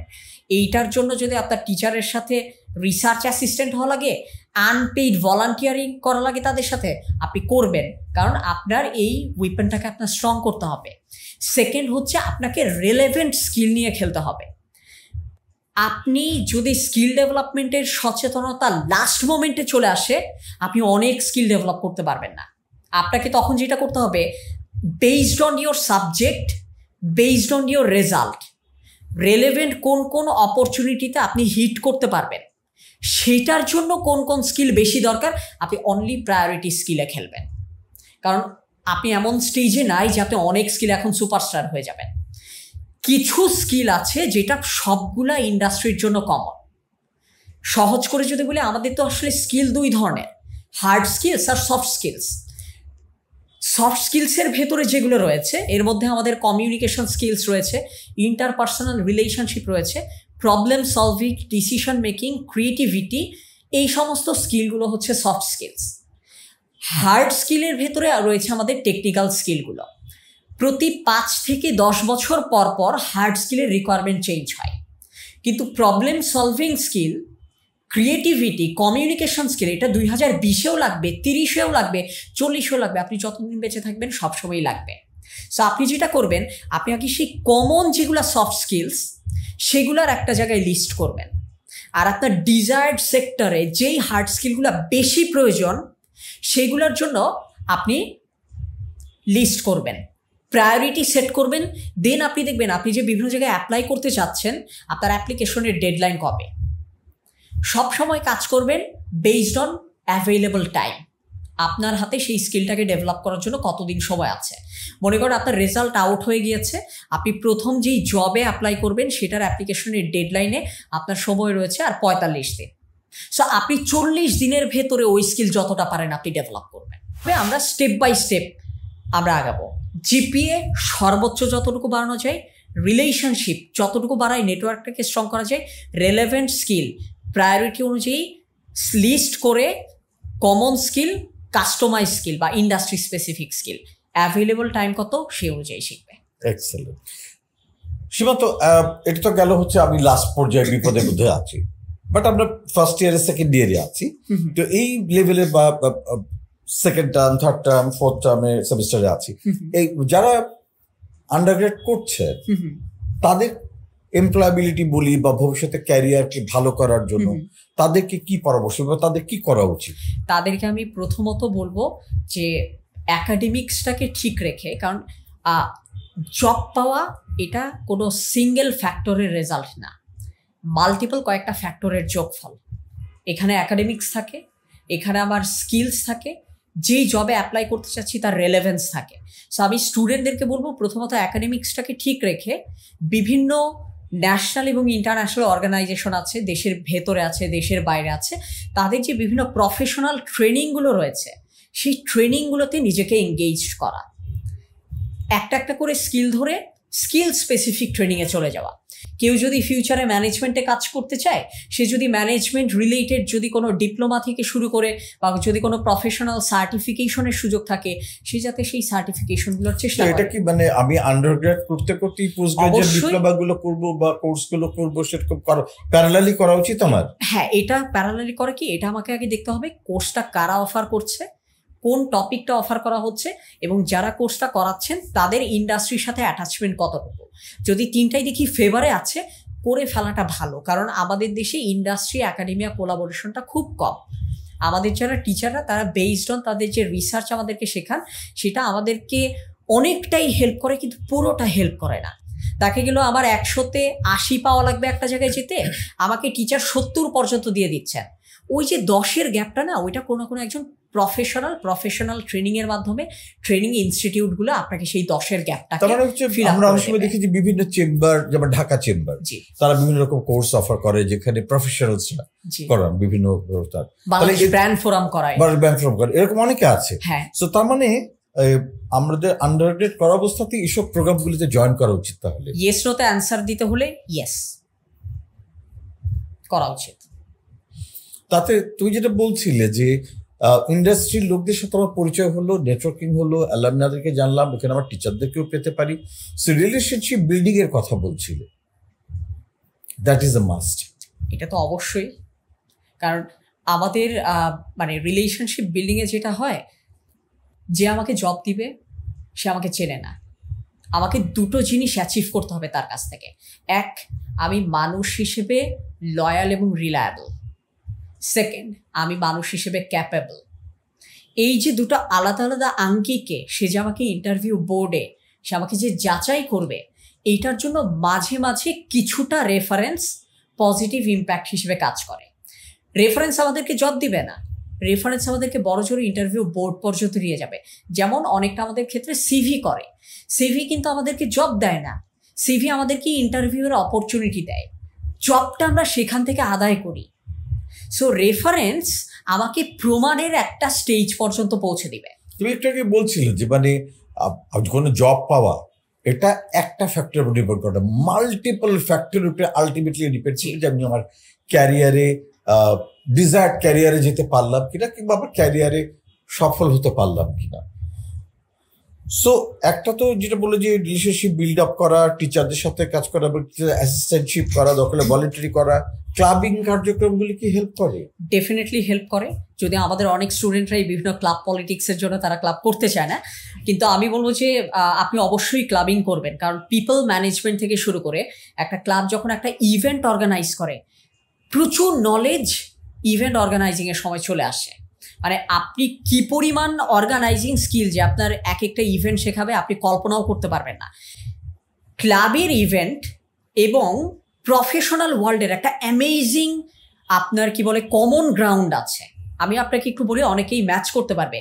ইভেন্টে গেলে অডিয়েন্স ইভেন্টে কি কি জিনিস ভালো হয়েছে এটা দেখে না, দেখে কোথায় কোথায় মিসম্যানেজমেন্ট হয়েছে। প্রফেশনাল ওয়ার্ল্ডটাও অনেকটা এরকম, আপনি কোথায় কোথায় ভালো করলেন এটা অনেকের চোখ এড়ায় যাবে, কোথায় মিসিং ওইটাই সবাই নোটিস করবে। সো ওই যে একটা আগলি রিয়েলিটি, এই আগলি রিয়েলিটির কিছুটা হিন্ট ইউনিভার্সিটি থেকে নিয়ে আসাটা ভালো, তাহলে একটু কষ্ট কম হবে। আরেকটা কথা বললে যে অনেকে ক্লাব করতে চায় না কারণ পলিটিক্স, এটাও তো ডিল করতে হবে, কারণ যখন প্রফেশনাল লাইফে গেলে তো আরো পলিটিক্স, এটা আরো বেশি, কারণ ক্লাবের একটা পদ আছে সেখানে আমার রেজাল্টে আরো বেশি জিনিস পাওয়ার সুযোগ রয়েছে, যেখানে আমার ইনসেন্টিভ বেশি, প্রাপ্তির প্রবাবিলিটি বেশি, সেখানে তো অবশ্যই পাওয়ার প্রেসার কিংবা যদি পলিটিক্সে ভয় চলে আসে তাহলে তো আমি না, সেইটা হবে না। জব ফিল্ডে আমি তাহলে কি করে সামলাবো? কিছুই করা যাবে না সেখানে। এইখানে মানে এটা আসলে করতেই হবে এই কাজটা। How to fight with the odd situation, that I have to learn from that. Exactly, odd সিচুয়েশনে পড়লেই আসলে অড সিচুয়েশনটাকে ডিল করাটা শিখতে জানতে হবে যে অড সিচুয়েশন কিভাবে হয়, এটার ইম্প্যাক্টটা কি, এটার ভয়াবহটা কতখানি, সবই তো জানতে হবে। যখন অফিস পলিটিক্সে গিয়ে পড়বো তখন আমার মনে হবে এটা নতুন কিছু না, দেখে আসছি লাইফে। ওইটা মানে ক্লাবের গুলো হচ্ছে আসলে কেজি স্কুলের নলেজ, আর অফিস পলিটিক্স গুলো মাস্টার্স পিএইচডি লেভেলের, বাট অ্যাটলিস্ট কেজি স্কুলের নলেজ হলেও পড়ে আসাটা উচিত, কিছুটা আইডিয়া। এবং বিশেষ করে আমাদের যখন বিভিন্ন ওয়ার্কশপ হয়, তখন যখন বিভিন্ন কোম্পানির সিইও যাচ্ছেন, এমডি যাচ্ছেন, তারা যখন কথা বলছেন, নেটওয়ার্কিং এর একটা অ্যামেজিং ওয়ে হচ্ছে তাদেরকে প্রশ্ন করা, কারণ ওই ইন্টেলিজেন্ট প্রশ্ন করা। এইটার জন্য যেমন ভাইয়া আজকেও এখানে আসার আগে আমি কিন্তু আপনার ফেসবুক ঘেটে আসছি। আমি এখানে একটু পরে যাদের সাথে আমার মিটিং হবে সবারই লিঙ্কডইন আমি একটু পরে পারলে আমি মেমোরাইজড আমি বলে দিতে পারবো কে কোথায় কবে কি করেছে। সো আমরা দেখা গেলো আমাদের হোমওয়ার্ক ইউনিভার্সিটিতে কোনো একটা কনফারেন্স হবে বা ওয়ার্কশপ হবে, একজন সিইও কথা বলতে আসছেন, ওই সিইওর যদি কোনো প্রিভিয়াস টিভি ইন্টারভিউ থাকে, যদি কোনো নিউজ আর্টিকেল থাকে, তার প্রতিষ্ঠানের যদি কোনো স্ট্যাটিস্টিক্স থাকে, এগুলো আপনি জেনে ওই ওয়ার্কশপটা আপনি অ্যাটেন্ড করলেন, আপনাকে একটা প্রশ্ন করতে দেওয়া হলো, আপনি মাইক হাতে পেলে আপনাকে 10 সেকেন্ডের একটা স্লট দিবে তো প্রশ্ন করার। একজন অ্যাভারেজ হিউম্যান বিং প্রতি 3 সেকেন্ডে একটা করে বাক্য বলে। সো আমি যদি প্রশ্ন করার জন্য মাইক হাতে পাই এবং আমার হাতে যদি 10 থেকে 15 সেকেন্ড সময় থাকে, 3 সেকেন্ডে একটা করে সেন্টেন্স, মানে আমি 5টা সেন্টেন্স আমি থ্রো করতে পারবো সেই ডিগনিটরিজকে। সেখানে আমি যদি 2টো সেন্টেন্সে তার সাথে ইমোশনালি কানেক্ট করি, তার সম্পর্কে 2টো ভালো কথা বলি এবং তার অর্গানাইজেশন নিয়ে, এবং 3টা সেন্টেন্স আমি যদি একটা ইন্টেলিজেন্ট প্রশ্ন তাকে করি, সে ডেফিনেটলি আমাকে মনে রাখবে। এর কারণ হচ্ছে কি বলি, এখানেই হচ্ছে ভাইয়া কমন সেন্স অ্যান্ড ইমোশনের বিষয়। প্রত্যেকটা মানুষ, তাদের সাথে আপনি যদি নিজেকে ইমোশনালি অ্যাটাচ করেন, সে আপনাকে মনে রাখবে। একটা মানুষের নলেজ আছে, সেই নলেজটা তালাবদ্ধ। আপনার প্রশ্ন হচ্ছে একটা চাবি, প্রশ্নটা তাকে ধরায় দিলেন, সে চাবি দিয়ে সে তার নলেজের বক্সটা খুলে সে সবাইকে সার্ভ করলো। সে যে ফিল করলো আমি সার্ভ করতে পারছি, এবং এই ফিল করার জন্য যে কোশ্চেনটা যেই স্টুডেন্ট তাকে থ্রো করলো, সে তার সাথে ইজিলি ইমোশনালি অ্যাটাচড হয়ে যাবে। খুব সুন্দর ওয়েতে আপনি 10 থেকে 15 সেকেন্ডের এই ইন্টেলিজেন্ট কোশ্চেনের মাধ্যমে you can create meaningful and lasting relationship with many people. Very right. এবং এই যে ডিসকাশনগুলো আমাদের এখানে হচ্ছে, এগুলো আমরা যেহেতু যিনি প্রফেশনাল ইন্ডিয়া আছে, আমরা জানি যে উই উইশ, আমার যখন এখন সবসময় মনে হয়, আমি তো ধরো অনেক আগে আমরা বেরিয়েছি, আমরা ইউনিভার্সিটি থেকে বেরিয়েছি 94-এ। সো তখন আমার মাত্র জন্ম হয়েছে, right, that time I started job 94-এ। সো যেটা হচ্ছে যে আমাদের সময় এগুলো বলার কেউ ছিল না। এখন আমার খুব আফসোস লাগে, আহা এই কথাগুলো যদি কেউ আমাকে বলতো, এরকম যদি করে যদি জানতে পারতো, বুঝতে পারতো। আমরা কিছুই জানতাম না, কোনো কিছু না জেনে ইউনিভার্সিটি ভর্তি হয়েছি, ফাইন্যান্স নামটা সুন্দর জন্য ফাইন্যান্সে ভর্তি হয়েছি। হ্যাঁ, সবাই বলছে অ্যাপ্লাই করছি, কিন্তু কেন কি করব এই জিনিসগুলো এভাবে এত ডিটেল ওয়েতে কখনো বলে নাই। সুতরাং আজকে যারা শুনছে তারা বলবো যে খুবই লাকি, অন্তত আমি জানি না তারা জীবনে অ্যাপ্লাই করবে কিনা, কিন্তু মাথাতেও যদি থাকে সেটাও জীবনে একটা অনেক বড় ইম্প্যাক্ট করবে। জাস্ট লাস্ট কোয়েশ্চেন, আন্ডারগ্র্যাড লেভেলের জন্য, আন্ডারগ্র্যাড লেভেলে আর কোনো কিছু কি তাদের ফোকাস করা উচিত, খেয়াল করা উচিত, দেখা উচিত বা ট্রাই করা উচিত ফিউচারের জন্য? আন্ডারগ্র্যাড থেকেই যেটা নিয়ে আসলে বেশি কাজ করা উচিত সেটা হচ্ছে আমাদের একটু প্রফেশনাল ম্যাচিউরিটি ডেভেলপ করাটা খুব জরুরি। হাউ? আমি ম্যাচিউরিটির আগে বলে দিই যে আসলে কেন ডেভেলপ করা উচিত, এরপর আমি হাউ এর আনসার দিচ্ছি। যখনই আমার সাথে কোনো একটা মানুষ সে কাজ করবে, বা আমি ধরে নিলাম খুব আন্ডারগ্র্যাড শেষ করে 22 থেকে 23 বছর একটা ছেলে, আমি সব কিছু শিখে আসি নাই এইটা আমার ইন্টারভিউয়ারও জানে যে আমাদের একাডেমিক কারিকুলামের অবস্থা কেমন। সো আমার ইন্টারভিউয়ার মূলত এমন একটা মানুষকে খুঁজবে যাকে সে তার প্রতিষ্ঠানের সব রিকোয়ারমেন্ট শিখিয়ে কর্মক্ষম বানাতে পারবে। সো ওই মোমেন্টে যদি আমাদের অ্যাপ্রোচে এরকম ভাব চলে আসে, আমি তো আইবিএতে পড়েছি, আমি তো বুয়েটে পড়েছি, আমি তো অনেক কিছু শিখে এসেছি, আবার আর নতুন কিছু শেখারিয়া নাই, এই অ্যাপ্রোচটা আসলে একটু ইমম্যাচিওর হিসেবে ট্রিট করা হয়। কারণ ওই প্রথম জবে আমার ইন্টারভিউয়ার সে ওইখানে কেপেবল মানুষ খুঁজতেছে না, সে কোচেবল মানুষ খুঁজতেছে যে কাকে আমি শিখাই নিতে পারবো। সো আমি বলবো যে লার্নিং অ্যাপটিটিউড আছে কিনা, লার্নিং অ্যাপটিটিউড আছে কিনা, লার্নিং অ্যাটিটিউড আছে কিনা, ঠিক আছে। সো এইটাকে আসলে ভাইয়া বলা হয় যে ইকোনমিক্সের ভাষায় খুব সহজই আছে যে একটা প্রোডাক্ট আমি তখনই কিনতে পারি যখন আমার ইন্টেনশনও থাকে, ক্যাপাসিটিও থাকে। ইন্টারভিউ বোর্ডে এই দুটো শো করা হচ্ছে ম্যাচিউরিটি। আবার শেখার ইন্টেনশন আছে, আবার শেখার ক্যাপাসিটিও আছে। সো আপনি যদি আমাকে হায়ার করেন, আমাকে আপনার মতো করে আপনি গড়ে নিতে পারবেন, এই মেসেজটা শো করতে পারা, এটা হচ্ছে ম্যাচিউরিটি একটা অ্যাঙ্গেলের। সো আপনি যেটা বললেন না হাউ এর একটা অ্যাঙ্গেল হচ্ছে ইন্টেনশন অ্যান্ড ক্যাপাসিটি। আর ইমম্যাচিওরটা কি, আমি কিছু শিখতে চাই না, আমি অলরেডি অনেক কিছু শিখে আসছি। এবং আরেকটা ভাইয়া ইমম্যাচিওর আমাদের মাইন্ডসেট যেটা হয়, আমরা নিজেদেরকে বেস্ট ক্যান্ডিডেট প্রুফ করতে চাই। ইয়েস, বেস্ট ক্যান্ডিডেট প্রুফ না করে আমাদের যেটা করা উচিত, আমি রাইট ক্যান্ডিডেট এইটা কমিউনিকেট করা। এইটা আমি কিভাবে কমিউনিকেট করব, আমাকে আগে জানতে হবে রাইট ক্যান্ডিডেটের ডেফিনেশন তাদের কাছে কি। এই ডেফিনেশন আমি কিভাবে জানবো, জব ডেসক্রিপশনে যেই কথাটা আমি বলেছি সেই এইচএসসি থেকে পড়তে। কারণ জব ডেসক্রিপশনটা আমার জন্য একটা সিলেবাস, আমাকে বলে দিচ্ছে এই প্রতিষ্ঠানের দৃষ্টিতে রাইট ক্যান্ডিডেটকে। সো আমি যখন ওই প্রতিষ্ঠানের দৃষ্টিতে রাইট ক্যান্ডিডেটের ডেফিনেশনটাকে আমি রিভিউ করব, পরবর্তীতে ইন্টারভিউ বোর্ডে আমাকে শো করতে হবে I am relevant to their requirement. আমি কোথায় কি পড়ে আসছি সেটা ম্যাটার করে না, ম্যাটার করে ওরা আমাকে তাদের প্রয়োজনে কাজে লাগাতে পারবে কিনা। এবং এইখানে ভাই একটা খুব ইম্পর্টেন্ট পার্সপেক্টিভ কি, কোনো একটা প্রতিষ্ঠানে আপনি 50,000 টাকা স্যালারি চাচ্ছেন একটা স্টুডেন্ট, প্রতিষ্ঠানের চিন্তায় কিন্তু ওই 50,000 টাকা নাই। ওর চিন্তায় হচ্ছে এই ছেলেকে দিয়ে যে আমি 50,000 টাকা দিচ্ছি, সে কি আমাকে এর 4 থেকে 15 গুণ বেশি রেভিনিউ এর কাজ করে দিবে কিনা। প্রতিষ্ঠানের কাছে আমার 50,000 টাকা ভ্যালুয়েবল না, ভ্যালুয়েবল হচ্ছে আমি যেই প্রসেসে কাজ করব, ওই প্রসেসের রেজাল্টে প্রতিষ্ঠান বিগার অ্যামাউন্টটা তাদের রেভিনিউ মডেলে ঢুকাইতে পারবে। এক্স্যাক্টলি। সো তোমার কাছ থেকে যদি আর্ন করতে পারি, আমি আর্নিং থেকে তোমাকে পে করব। এক্স্যাক্টলি, ইট ইজ নট যে তুমি কি পারো, এক্স্যাক্টলি কিছু আসে যায়, তুমি হাতি মারতে পারো, ঘোড়া মারতে পারো, বাট তোমার দিবে টাকা কত কামাবো। এক্স্যাক্টলি। এবং that is the end thing. এই আন্ডারস্ট্যান্ডিং গুলো ভাই যত আমাদের ডেভেলপ হবে তত বেটার। অ্যান্ড ফাইনালি এই ম্যাচিউরিটি তো আসলে ভাই শুধু প্রফেশনাল না, পার্সোনাল লাইফেও খুব জরুরি। সো আমি আবার ভাই কঠিন জিনিসকে আমি খুব সিম্পলিফাই করে মানুষকে মাথায় রাখার জন্য আমি হেল্প করার চেষ্টা করি। ম্যাচিউরিটিকে আমি একটা শব্দে ডিফাইন করি, এটা হচ্ছে মাত্রা। কতটুকু ভাববো, কতটুকু ভাববো না, কতটুকু বলবো, কতটুকু বলবো না, কতটুকু ক্লোজ হব, কতটুকু ডিস্ট্যান্স রাখবো, কতটুকু করব, কতটুকু করব না, ব্যক্তি, সময়, পরিস্থিতি, এটা অনুযায়ী এই যে মাত্রা সম্পর্কে আমাদের যে দর্শন, এটাই maturity. Very right, very right, right, শাবাশ।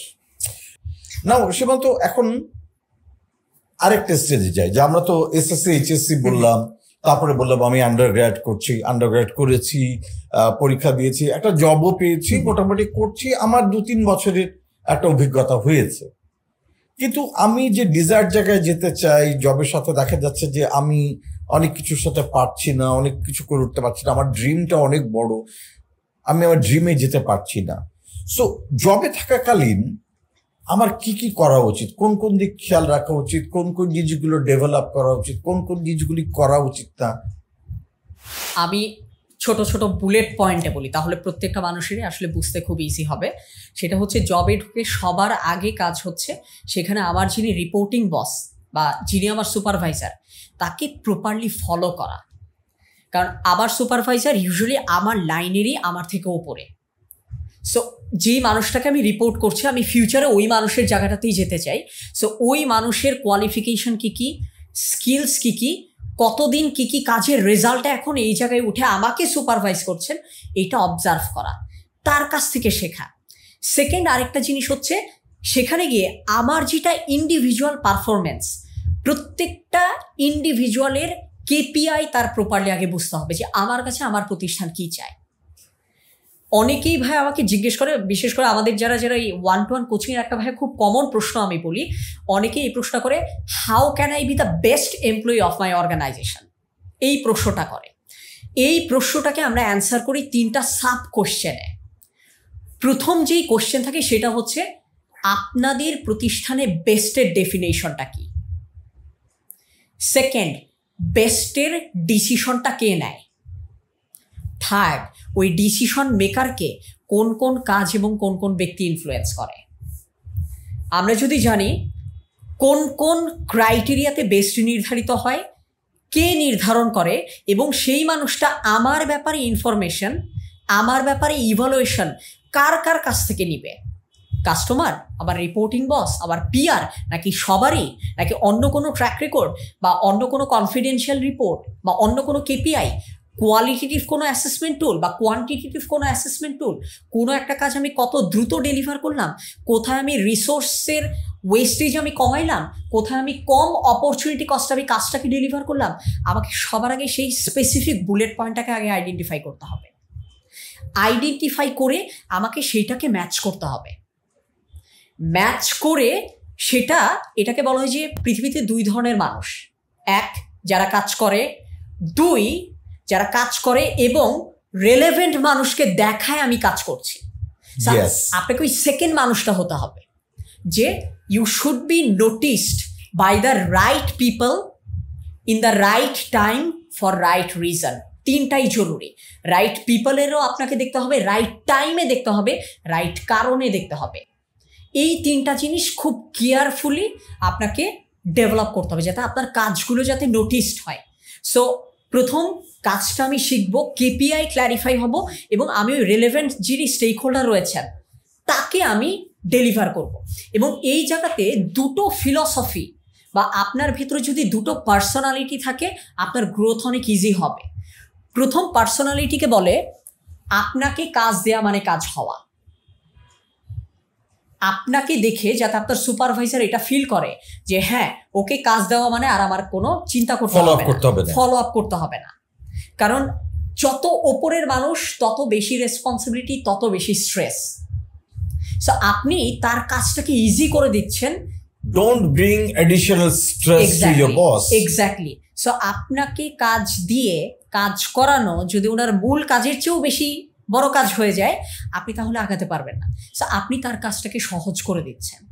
So আপনাকে কাজ দেওয়া মানে কাজ হওয়া, এটা যেমন একটা অ্যাপ্রোচ খুবই পজিটিভলি একটা মানুষকে গ্রোথে হেল্প করে। সেকেন্ড আরেকটা জায়গায় গ্রোথে হেল্প করে, যেটা আমি ওই ইন্টারভিউ বোর্ডের সাথে আমি কানেক্ট করে বলেছি, ইউ আর কোচেবল। যখন প্রতিষ্ঠানের প্রয়োজন, আপনি প্রতিষ্ঠানের প্রয়োজন অনুযায়ী নিজেকে কাস্টমাইজ করতে পারেন, প্রয়োজন অনুযায়ী আপনি পরিবর্তন করতে পারেন, নতুন জিনিস আপনি শিখতে পারেন, নতুন দায়িত্ব আপনি নিতে পারেন।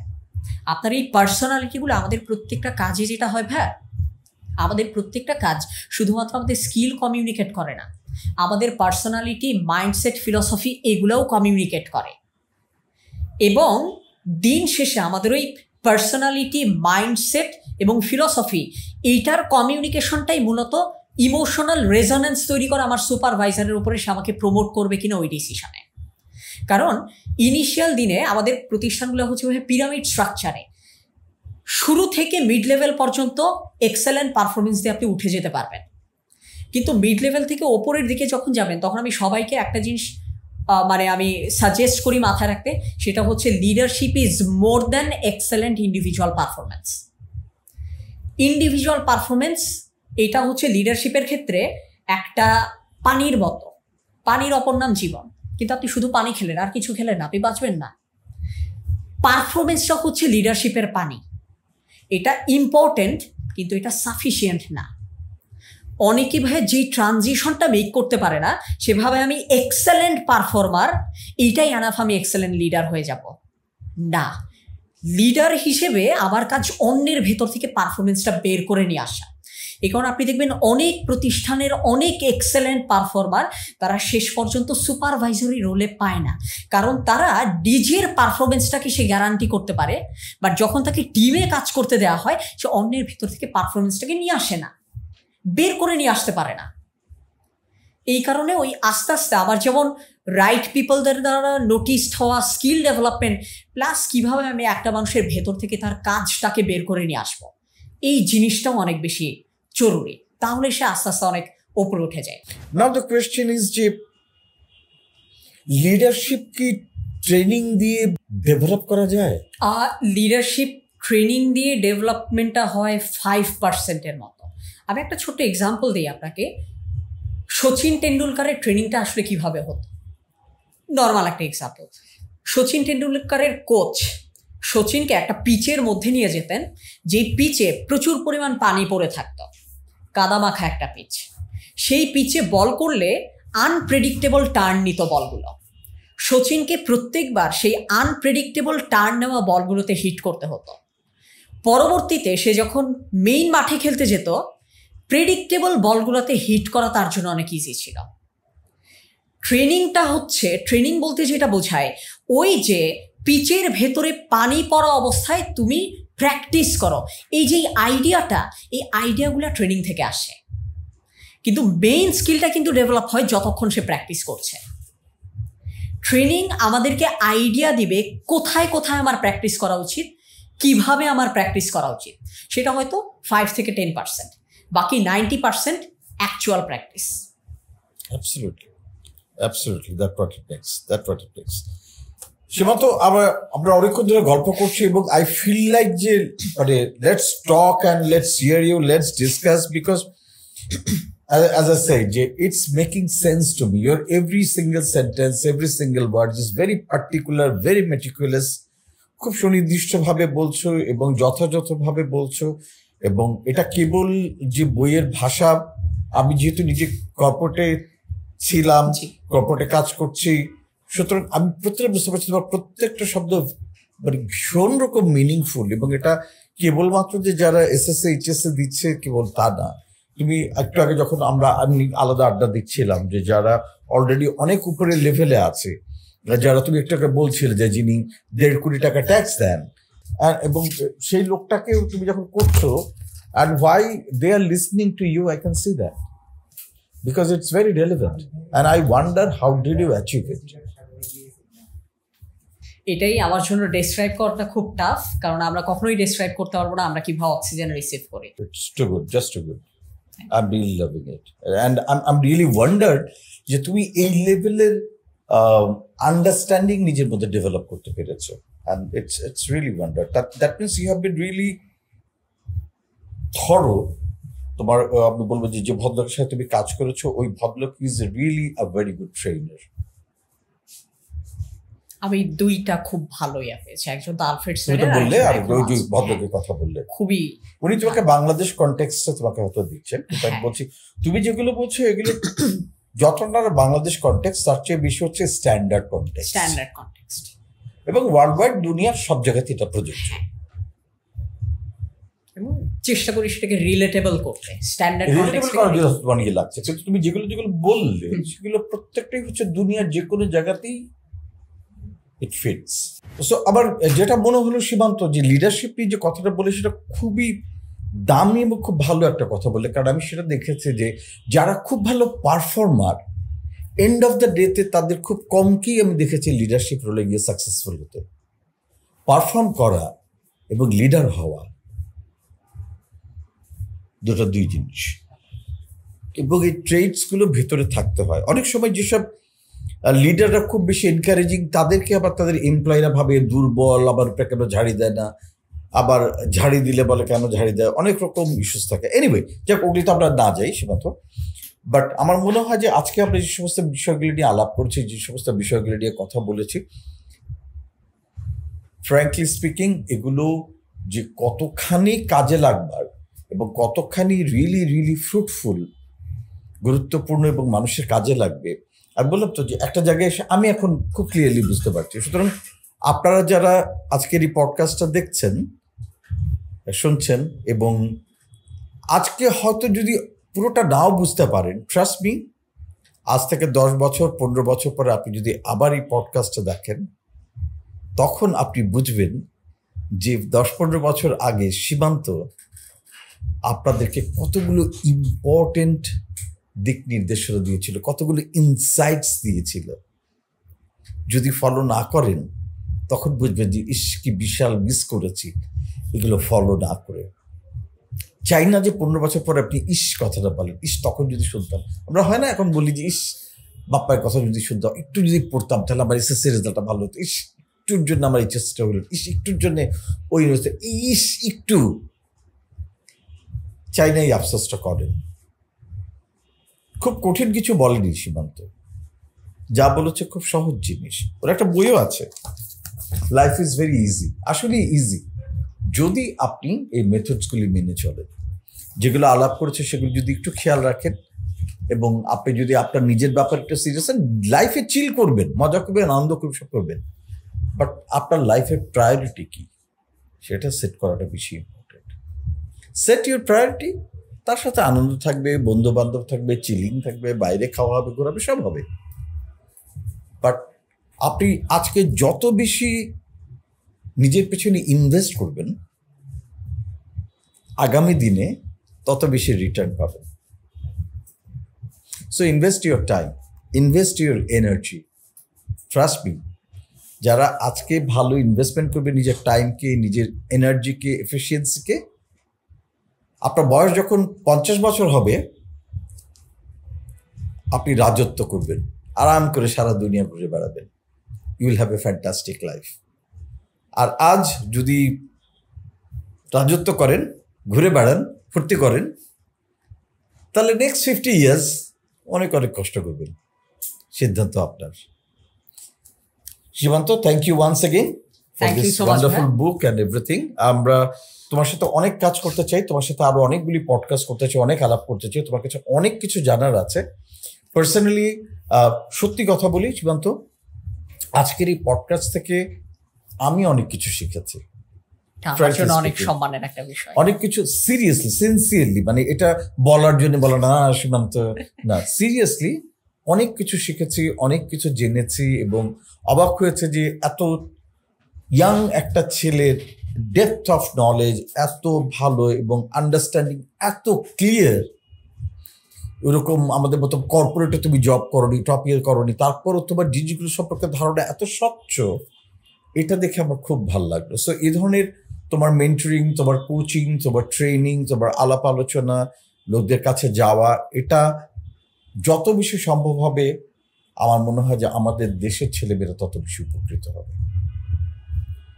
So all the best to you, ভালো থাকো, এবং তোমাকে আমরা আরো অনেক বেশি করে চাই আমাদের এই এবিপির পডকাস্টে। ইনশাল্লাহ ভাই, এটা আমার জন্য অনেক বড় একটা প্রাপ্তি হবে আপনাদের সাথে নলেজ ক্রিয়েশনের এই জার্নিতে যদি একজন কম্প্যানিয়ন হিসেবে থাকতে পারি। অবশ্যই আমাদের দায়িত্ব, আমি মনে করি এটা আমাদের দায়িত্ব, সবার দায়িত্ব। আমরা যারা এটা জানি বা বুঝি বলে মনে করি, আমাদের দায়িত্ব যে আমাদের যে ছেলে মেয়েরা কনফিউশনের মধ্যে আছে তাদের কনফিউশনটা যতটুকু সম্ভব পারি, যতটুকু সাহায্য করতে পারি তাদের কনফিউশনটাকে ক্লিয়ার করা।